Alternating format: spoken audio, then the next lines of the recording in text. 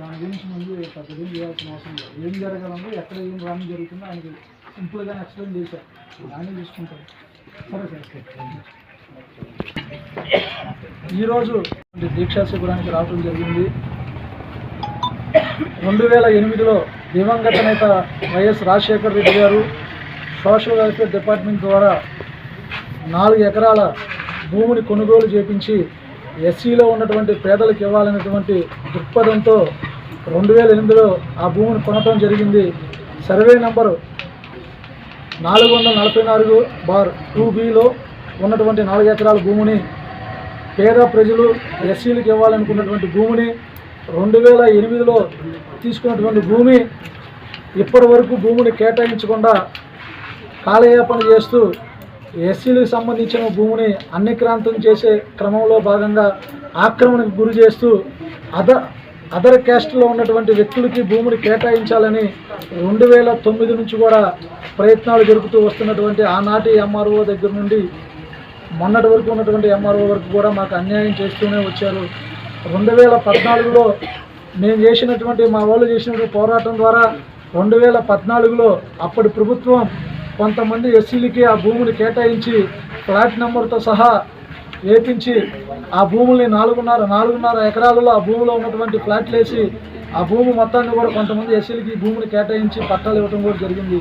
అయినా సరే భూములకు ఇప్పటివరకు అడుగు పెట్టనీయకుండా భూమిని మా ఎస్సీలకు కాకుండా ఇప్పటికీ జగన్ గారి యొక్క ప్రభుత్వం వచ్చిన తర్వాత ఆ భూమిలోకి ఇప్పటికీ వెళ్ళనీయకుండా ప్రభుత్వం చేస్తున్నటువంటి ఎన్నో పథకాలలో భాగంగానే ఈరోజు ఈ భూములు కూడా ఎస్సీలకే కేటాయించాల్సినటువంటి పరిస్థితుల్లో కొంతమంది స్వార్థపూరితులైన వ్యక్తుల వల్ల ఈ భూమిని ఎస్సీలకు కాకుండా వేరే కాస్ట్ వాళ్ళకు కూడా కొంతమేర ఆశిస్తూ వాళ్ళకి భూమిని కేటాయించాలని చేస్తున్నటువంటి ప్రయత్నాన్ని గత 4 సంవత్సరాలుగా మధ్యకేలో ఉన్నటువంటి ఎస్సీ ప్రజలు ఎదుర్కొంటూ భూమిని కాపాడుకుంటూ వచ్చారు.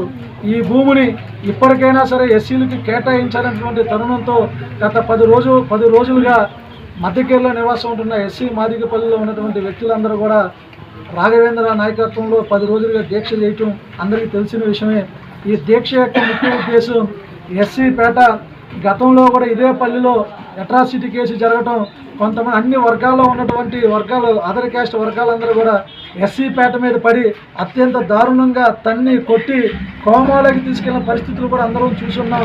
ఇది అట్రాసిటీ గ్రామం కాబట్టి ఈ గ్రామం పక్కనే ఉన్నటువంటి ఎస్సీ డబ్బులతో కొన్నటువంటి భూమిని ఎస్సీలకే కేటాయించాలి. ఎవరు కేటాయించినా సరే మళ్ళీ అట్రాసిటీలు జరిగే అవకాశాలు ముమ్మరంగా ఉంటాయి కాబట్టి ఎట్టి పరిస్థితుల్లో కూడా ఎస్సీలు తప్ప అదర్ క్యాస్ట్ వాళ్ళకి ఆ భూమిని కేటాయించకుండా మా వాళ్ళకే కేటాయించాలనేటువంటి ఒక డిమాండ్ చేసుకుంటూ, అదేవిధంగా భూమి పక్కనే ఎస్సీ పేటలో ఉన్నటువంటి వ్యక్తులు మరణిస్తే శ్మశాన వాటిగా ఉన్నటువంటి ఎకరం లోపు ఉన్నటువంటి భూమిని అదే భూమికి అనుకోనిగా ఉన్నటువంటి భూమిని మళ్ళీ కనుక అన్ని కులాలకు కలిపి ఇస్తే ఎస్సీలకి అన్యాయం చేసినట్టే, ఎస్సీల మీద దాడులు చేయటానికి ప్రోత్సాహం ఇచ్చినట్టుగానే కంటికి కనపడుతూ ఉంటుందని కూడా తెలియజేస్తూ, ఎట్టి పరిస్థితుల్లో ప్రభుత్వాలు కానీ లోకల్ ఎమ్మెల్యే గారు మీ కింద స్థాయి ఉన్నటువంటి వ్యక్తులు చెప్పే మాటలు విని మీరు ఎస్సీలు కేటాయించిన భూమిని కనుక అదర్ క్యాస్ట్ వాళ్ళు కనుక కేటాయించగలిగితే తప్పకుండా మీరు కేటాయించిన మరుక్షణమే ఎస్సీల యొక్క శక్తిని రాష్ట్ర వ్యాప్తంగా ఉన్నటువంటి అందరూ శక్తిని కూడా మీరు చూడాల్సి వచ్చింది.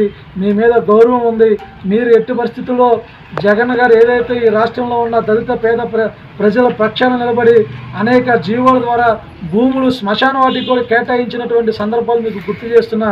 ఈ తరుణంలో రాజకీయ ఒత్తిడులకు కానీ లోకల్ నాయకత్వానికి స్వస్తి పలకుండా ఎస్సీల మీద కనుక భూమిని కనుక మీరు లాక్కొని వేరే వాళ్ళకి కనుక కేటాయిస్తే అడ్డుకుంటాం, భూములు ఇవ్వకుండా చేస్తాం, ఎస్సీలకి దక్కే వరకు మా పోరాటం చేస్తామని కూడా మీడియా ద్వారా తెలియజేస్తాం.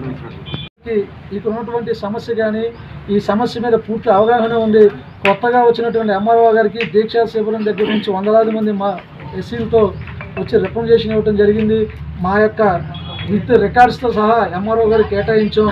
గతంలో ఉన్న డీటీ ఈ సమస్య ఇంతవరకు మొదలటానికి ఈ సమస్య పరిష్కారం కాకుండా మాలో మేము కొట్టుకునే పరిస్థితి తీసుకురావడానికి గల కారణం డీటీ పద్ధతి కనుక మార్చకపోతే డీటీని సస్పెండ్ చేసే విధంగా కూడా ప్రయత్నాలు చేస్తాం.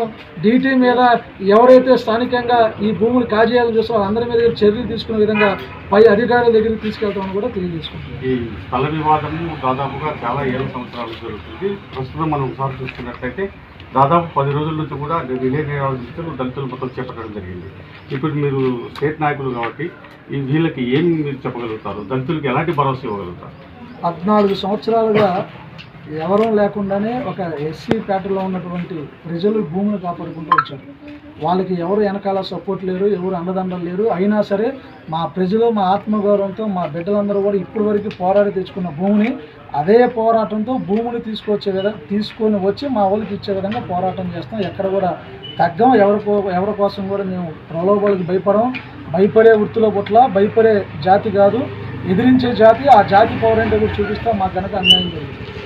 రాఘవేంద్ర అనే వ్యక్తి ఒకే ఒకడు మాదిరిగా ఇంతమంది దళితులు వేసుకుని చాలా రోజుల నుంచి కూడా ఎంతో కష్టపడి అతను ఒక్కరి కోసం అయితే కాదు టోటల్గా దళితుల కోసం పోరాడుతున్నాడు. అతనికి ఎలాంటి భరోసా ఇవ్వగలుగుతారు? రాఘవేంద్ర పక్షాన ఎస్సీ కమిషన్ చైర్మన్ గారు కూడా గతంలో సంవత్సరం నుంచి కూడా ఈ భూముల కోసం ఈ భూములు న్యాయమైనటువంటి ఎస్సీలకి కేటాయించాలని కూడా కమిషన్ దృష్టిలో కూడా పెట్టున్నాం. కమిషన్ కూడా ఎంక్వైరీ దీనికోసం చేయమని చెప్పారు.